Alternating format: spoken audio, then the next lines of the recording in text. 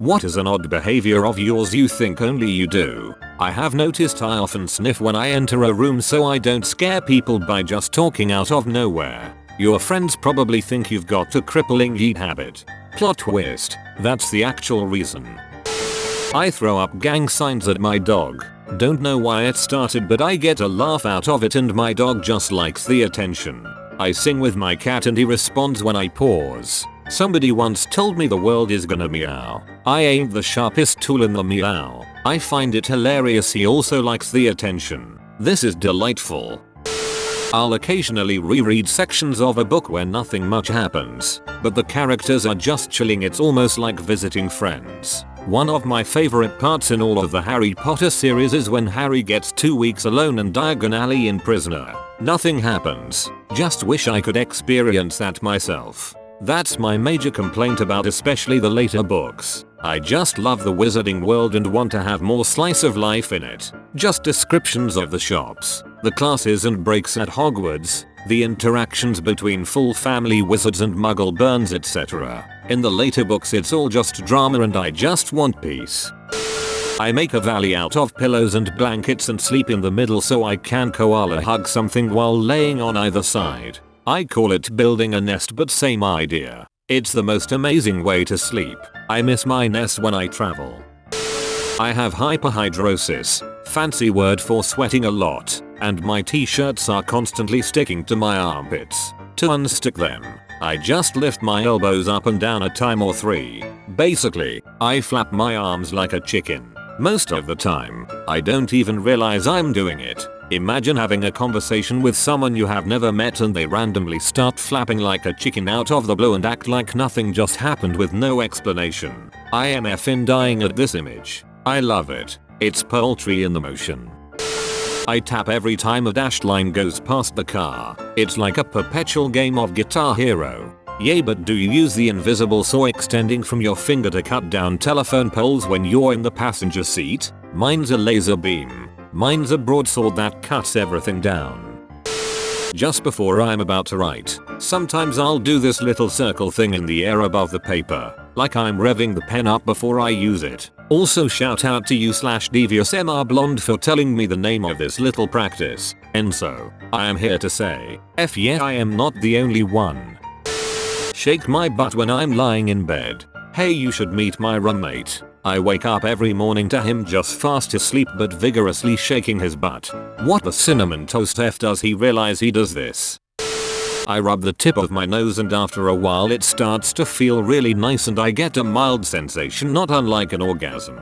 So now I've been rubbing my nose for longer than I'd like to admit. Yeah, me too. Nothing happening though. I walk fast. When it's a crowded place, I use hand gestures whenever another person gets in my way to tell them where I will go. Like I point to the left and they automatically move to the right without any awkwardness. It works more often than I expected. People tend to follow such unexpected gestures unconsciously. Humans need blinker lights. Hopefully they add in V2. Nobody would use them.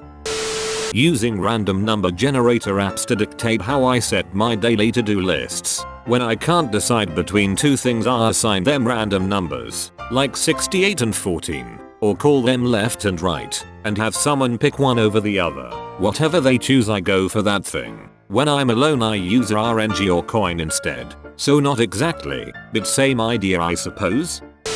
Sometimes I wonder if there's actually people who can see into your mind, so I start thinking about really interesting things so if there is, they won't think I'm boring. I scream as loud as I can, mentally, and think of really effed up shit. If they look uncomfortable after that, I then know that they can. I'll sometimes do the Homer Simpson bit. I know you can read my thoughts, boy. Meow meow meow meow, and if there's no reaction I feel safer, haha.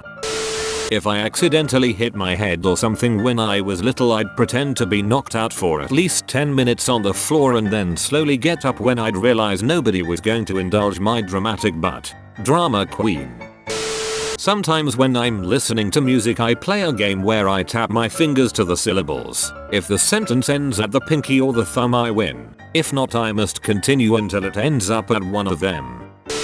I make sure to make a splash noise when I pee to make sure I'm not sleeping and pissing the bed. Has it ever saved your bed from smelling like pee? That's the hard part. I haven't pissed my bed since I started it, but correlation does not equal causation. Also, be careful. Something you do ritually in daily life can occur in your dreams. Each day when I come home from work, I say to my cat Bruce Wayne, "Hi, honey, I'm home. Did you do your taxes?" Or what? "You did your taxes." In my head, if my cat were a person, he'd be a tax accountant or something. Every time I leave the house, I remind my dog to pay whatever bill is due next. Sometimes when I get bored, I explain modern things to Benjamin Franklin, music I listen to, or how my phone works, etc. Sometimes I go even further back and explain it to Socrates or a caveman. Sometimes it's philosophical. Sometimes it's just stupid. I don't know why I do it, but it's very entertaining. I used to do something like that on car trips, only I'd pick a time period and imagine what a philosopher, monk or otherwise educated person from that era would be able to figure out about what I was seeing.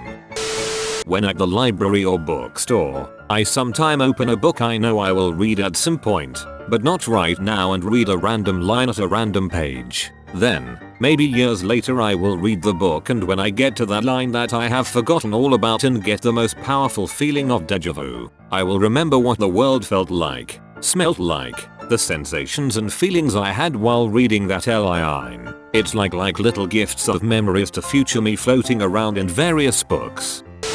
My alarm is set to 7 AM. I can't remember when I last heard it go off, because I wake up at around 6:15. And spend some time on my phone before unsetting my alarm and getting in the shower before 7 AM. My alarm is set to 7 AM. I can't remember when I last heard it go off, because I wake up at around 7:30 in the afternoon. Sometimes I spell a word in my head over and over until it seems like nonsense. It's called semantic satiation.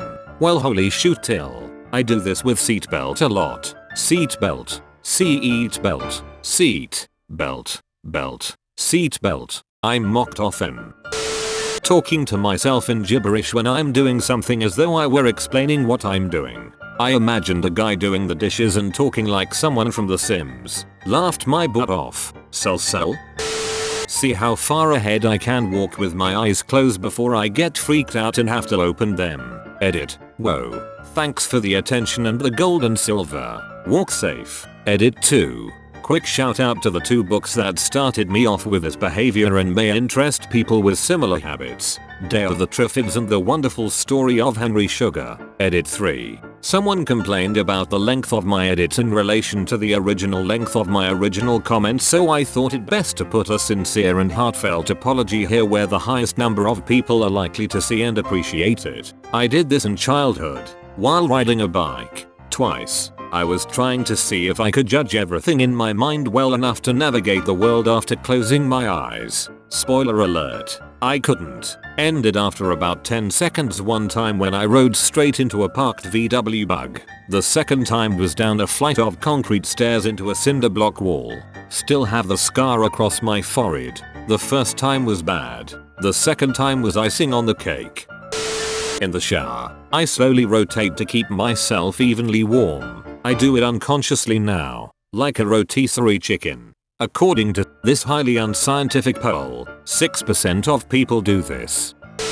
Habit that I've had since childhood. I play with my ears, especially when they're cold. I fold them and scrunch them and can fit them into the ear canal until they unfold and pop back into form. Finally, one that I can relate to.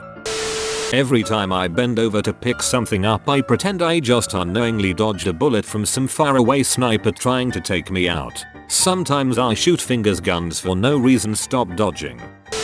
I wiggle my right foot really fast when I'm falling asleep. Never be lonely anymore. I have found my sisters and brothers. I once slept next to a guy that did this while I was already asleep. It woke me up. I thought he was jerking off next to me. It was really disturbing.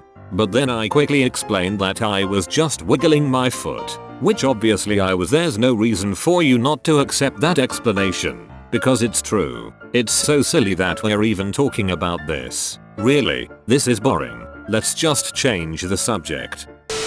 I blow on my ice cream to cool it off. I'm not really sure. I wasn't even aware I was doing something weird until my GF noticed and said, "You know that's not hot, right? Brain. I got this. Food varied temperature. I learned from soup." Hope you enjoyed the video. Subscribe to Reddit Nation for more juicy Reddit content and check out our second channel. We upload every day. See you soon.